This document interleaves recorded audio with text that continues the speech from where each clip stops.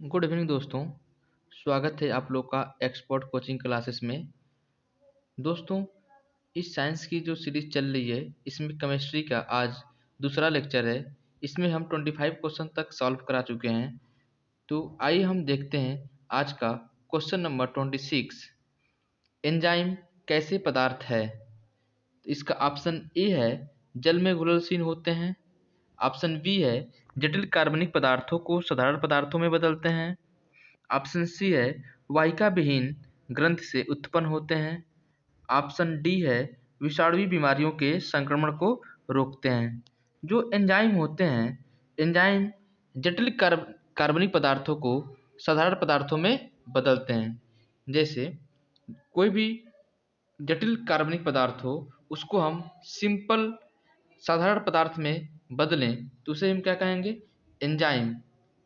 तो इसका सही जवाब है ऑप्शन नंबर बी। आइए हम देखते हैं आज का नेक्स्ट क्वेश्चन। Question number 27। बिजली के बल्ब के अंदर कौन सी गैस होती है? जो बिजली के बल्ब होते हैं उसके अंदर कौन सी गैस होती है? तो ऑप्शन ए वायु, option B oxygen, option C nitrogen, option D carbon dioxide. तो इसका सही जवाब है जो बिजली के बल्ब होता है उसके अंदर नाइट्रोजन होता है। बल्ब के अंदर अक्रिय गैस आर्गन भरी जाती हैं। बल्ब के अंदर जो है अक्रिय गैसें आर्गन भरी जाती हैं। बल्ब का फिलामेंट, इसमें क्वेश्चन पूछा जाता है को बल्ब का जो फिलामेंट होता है वो किससे बना होता है? तो बल्ब का जो फिलामेंट होता है टंगस्टन से बना होता है। Question number 28। कभी कभी यह देखा गया है कि जब हम किसी शीशे के बर्तन में गर्म दूध या जल डालते हैं तो वह चटक जाता है। इसका क्या कारण है? जैसे ही हम किसी शीशे के बर्तन में हम गर्म दूध या जल को डालते हैं तो वह चटक जाता है। वो किसके कारण होता है? जिसका ऑप्शन ए है शीशा आसानी से गर्म हो जाता है। खौलते हुए द्रव अधिक दाब उत्पन्न करते हैं। ऑप्शन सी है शीशा ऊष्मा का खराब चालक है। ऑप्शन डी है शीशा अधातु होता है। तो इसका जो सही जवाब होगा खौलते हुए द्रव अधिक दाब उत्पन्न करते हैं, इसीलिए जो शीशे होते हैं क्या होते हैं? चटक जाते हैं। तो इसका जो सही जवाब है option number B. Question number 29। जंग लगे हुए लोहे का वजन बिना जंग लगे हुए लोहे के वजन से क्या होता है? जैसे हम कोई भी लोहा रख देते हैं तो धीरे धीरे क्या होती है, उस पर जंग लग जाती है। तो जो लगे हुए लोहे का वजन होता है बिना जंग लगे हुए लोहे के वजन से क्या होता है? कुछ अधिक होता है, बराबर होता है, कम होता है, लगभग बराबर होता है। तो जब उस पर जंग लग जाती है तो वह क्या होता है? थोड़ा सा अधिक होता है, यानी कुछ अधिक होता है। तो इसका जो सही जवाब है question number option number A कुछ अधिक होता है। जंग लगे हुए लोहे का वजन बिना जंग लगे हुए लोहे से कुछ अधिक होता है। Question number 30। परम शून्य ताप क्या है? परम शून्य ताप क्या है? इसका ऑप्शन ए है किसी भी तापमान पैमाने का आरंभ बिंदु है। ऑप्शन बी है सैद्धांतिक रूप से न्यूनतम संभव तापमान है। ऑप्शन सी है वह तापमान जिस पर सभी द्रव पदार्थों के वाष्प जम जाते हैं। ऑप्शन डी है वह तापमान जिस पर सभी पदार्थ के वाष्पीभवावस्था में होते हैं। तो इसका जो सही जवाब होगा ऑप्शन नंबर बी सैद्धांतिक रूप से न्यूनतम संभव तापमान। Option number B. सैद्धांतिक रूप से न्यूनतम संभव तापमान को परम शून्य ताप एब्सोल्यूट टेम्परेचर स्केल कहा जाता है। जो न्यूनतम संभव तापमान होता है उसको परम शून्य ताप एब्सोल्यूट टेम्परेचर स्केल कहा जाता है। वह ताप मापने का वह पैमाना जिसमें -273 डिग्री सेल्सियस को शून्य माना जाता है परम ताप पैमाना कहलाता है। आइए हम देखते हैं नेक्स्ट क्वेश्चन। Question number 31। ईंधन के जलते समय उसमें जो कार्बन और हाइड्रोजन मौजूद होते हैं, जैसे ईंधन जलता है उसमें उसके जलते समय जो कार्बन और हाइड्रोजन मौजूद होते हैं उसमें क्या क्या होता है। आइए हम देखते हैं ऑप्शन। ऑप्शन ए है वातावरण में आ जाते हैं। ऑप्शन बी है कार्बन डाइऑक्साइड और जलवाष्प में बदल जाते हैं। ऑप्शन सी परिवेश के द्वारा अवशोषित हो जाते हैं। ऑप्शन डी हाइड्रोकार्बन में बदल जाते हैं। तो इसका सही जवाब होगा ऑप्शन बी कार्बन डाइऑक्साइड और जलवाष्प में बदल जाते हैं। Question number 32।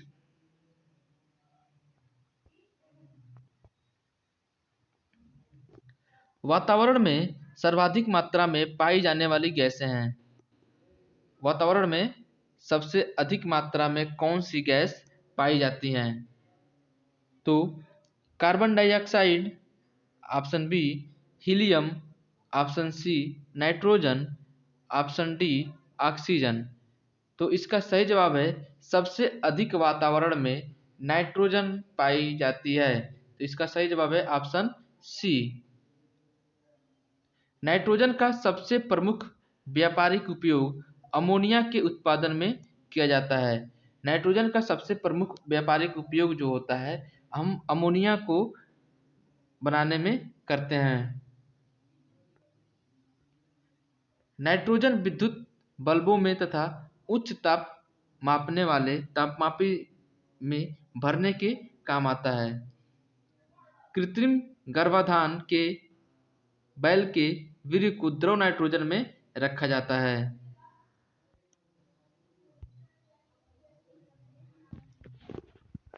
Question number 33। लोहे के पाइपों को संक्षारण से बचाने के लिए उसके ऊपर जस्ते की परतें चढ़ाई जाती हैं। इस प्रक्रिया को क्या कहते हैं? जो लोहे के पाइप होते हैं उसको संक्षारण से बचाने के लिए उसके ऊपर जस्ते की परतें चढ़ाई जाती हैं। इस प्रक्रिया को हम गैल्वेनाइजेशन कहते हैं। इसका जो सही जवाब है ऑप्शन सी गैल्वेनीकरण। जस्तनी, इसको हम जस्तनीकरण भी कहते हैं।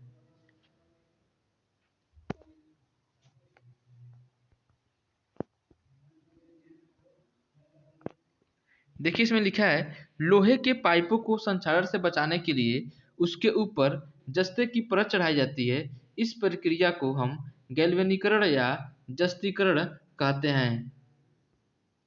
विद्युत लेपन निम्न कोटि की धातु को सुरक्षित रखने या उसको आकर्षण बनाने के लिए उस पर एक उच्च कोटि की धातु की एक पतली परत चढ़ाने की क्रिया को विद्युत लेपन कहते हैं।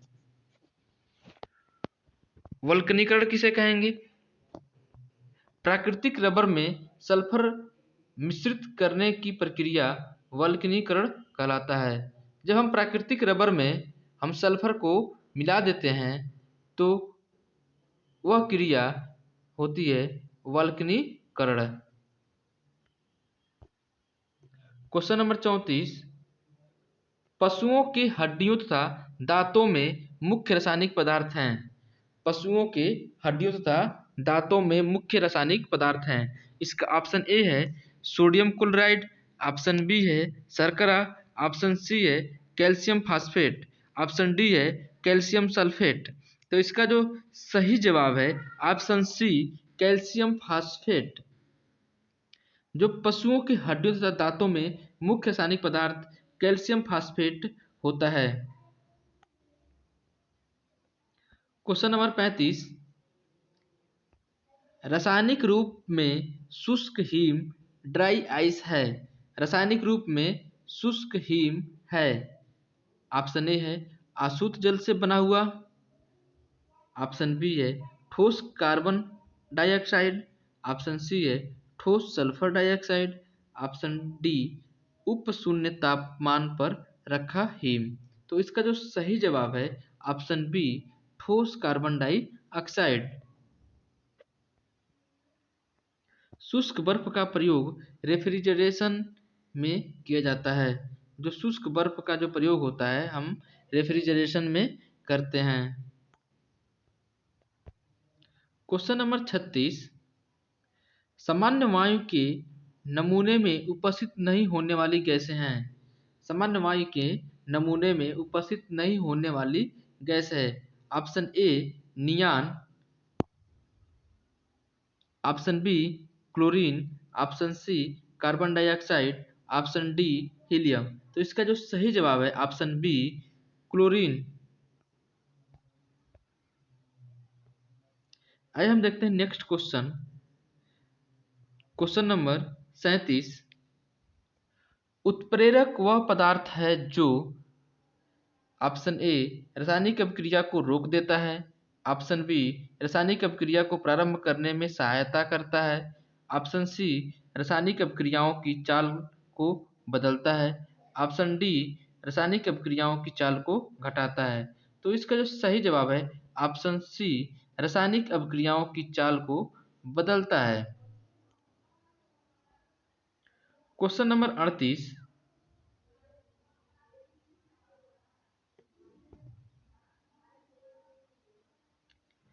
कार्बन की न्यूनतम मात्रा होती है।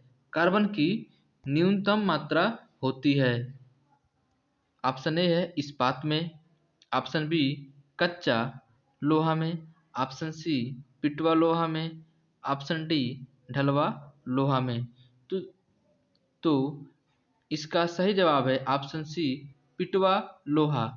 कार्बन की न्यूनतम मात्रा पिटवा लोहा में होता है। इसमें कार्बन 0.12 से 0.25% तक होता है। इस्पात स्टील यह लोहा और कार्बन का एक मिश्र धातु है। जो इस्पात होता है स्टील यह लोहा और कार्बन का एक मिश्र धातु है। इसमें कार्बन की मात्रा 0.25 से 1.5% तक होता है। ढलवा लोहा यानी कास्ट आयरन इसमें कार्बन की मात्रा 2.5% होता है। इसी कारण यह कठोर एवं भंगुर होता है। क्वेश्चन नंबर 39, कोयले की खानों में कार्बनिक तत्व के सड़ने से बनने वाला मार्स गैस है। कोयले की खानों में कार्बनिक तत्व के सड़ने से बनने वाला मार्स गैस है। Option A carbon dioxide. Option B methane है। ऑप्शन सी एथेन है। ऑप्शन डी कार्बन मोनोऑक्साइड है। तो इसका जो सही जवाब है ऑप्शन बी मीथेन है। जो तत्व के सड़ने से बनने वाला मार्स गैस होता है वो क्या होता है मेथेन CH4।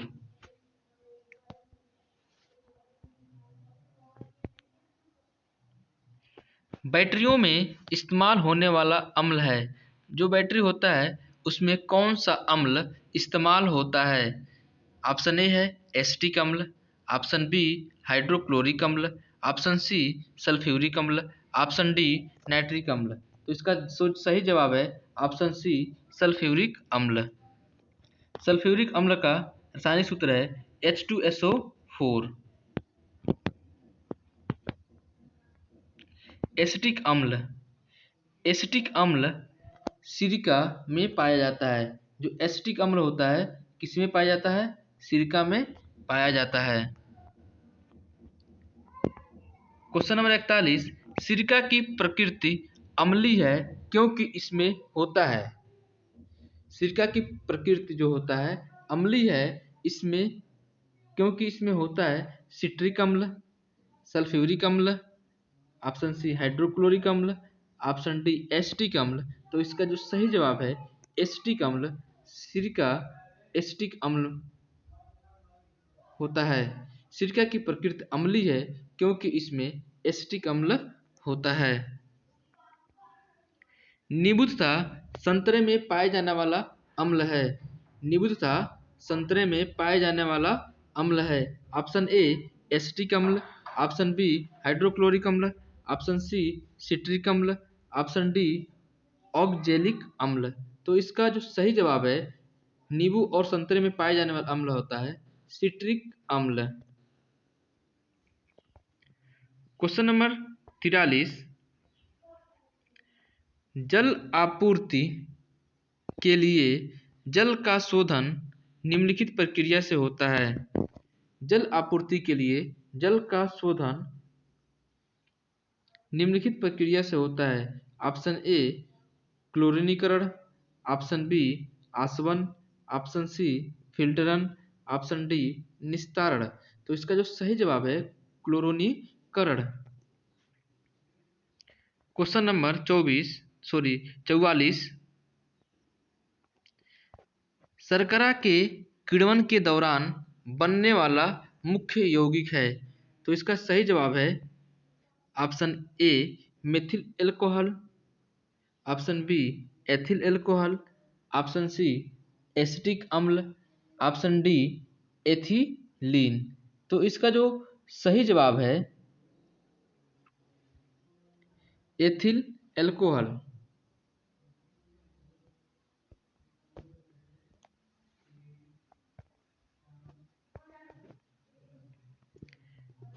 किण्वन जो होता है, किण्वन वैसे रासायनिक अभिक्रिया है जिसमें कोई कार्बनिक जटिल पदार्थ एंजाइम द्वारा सरल पदार्थ में परिवर्तन होता है, उसे ही हम क्या कहते हैं किण्वन कहते हैं।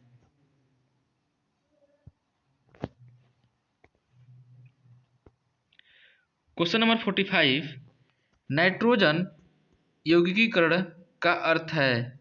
ऑप्शन ए है नाइट्रोजन का द्रवीकरण, ऑप्शन बी वायुमंडलीय नाइट्रोजन का जरूरी यौगिकों में परिवर्तन, ऑप्शन सी नाइट्रोजन का एमिनो में परिवर्तन, ऑप्शन डी वायुमंडल की नाइट्रोजन का पिंडन। तो इसका जो सही जवाब है ऑप्शन बी वायुमंडलीय नाइट्रोजन का जरूरी यौगिकों में परिवर्तन। क्वेश्चन नंबर 46, कास्ट कोयला बनाने के लिए लकड़ी जलाते हैं। ऑप्शन ए वायु की उपस्थिति में, ऑप्शन बी शुद्ध ऑक्सीजन की उपस्थिति में, ऑप्शन सी वायु की अनुपस्थिति में, ऑप्शन डी नाइट्रोजन और अक्रिय गैसों की उपस्थिति में। तो इसका जो सही जवाब है ऑप्शन सी वायु की अनुपस्थिति में।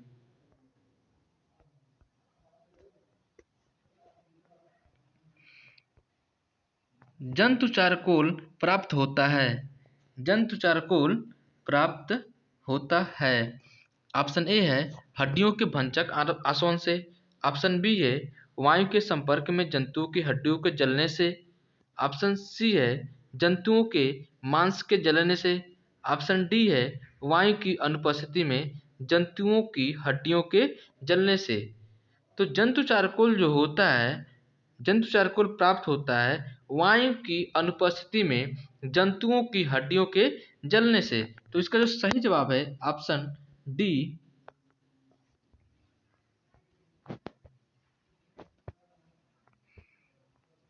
क्वेश्चन नंबर 48, प्राकृतिक रबर को अधिक मजबूत तथा प्रत्यस्थ बनाने के लिए उसमें मिलाया जाता है। प्राकृतिक रबर को अधिक मजबूत बनाने के लिए तथा प्रत्यस्थ बनाने के लिए उसमें क्या मिलाया जाता है। तो ऑप्शन ए है सल्फ्यूरिक अम्ल, ऑप्शन बी है sponge, option C sulphur, option D chlorine. तो इसका जो सही जवाब है सल्फर, ऑप्शन सी। फोटोग्राफिक प्लेटों को काले कागजों से ढक कर रखा जाता है क्योंकि ऑप्शन ए है कागज के सेल्यूलोज एसीटेट को ताज़ा रखना आवश्यक है, ऑप्शन बी है सूर्य की किरणें काले कागजों के द्वारा आसानी से अवशोषित हो जाती हैं तथा फील्ड डेवलप में सहायक होती हैं, ऑप्शन सी है प्लेट पर लगा सिल्वर ब्रोमाइड प्रकाश के प्रति अति संवेदनशील है। काला कागज उसे प्रकाश के संपर्क में नहीं आने देता है। ऑप्शन डी है, सिल्वर ब्रोमाइड का धात्विक चांदी में बदलना आवश्यक है। तो जो फोटोग्राफिक प्लेटों को काले कागजों से ढक कर रखा जाता है, क्योंकि इसमें प्लेट पर लगा सिल्वर ब्रोमाइड प्रकाश के प्रति अति संवेदनशील है। काला कागज उसे प्रकाश के संपर्क में नहीं आने देता है।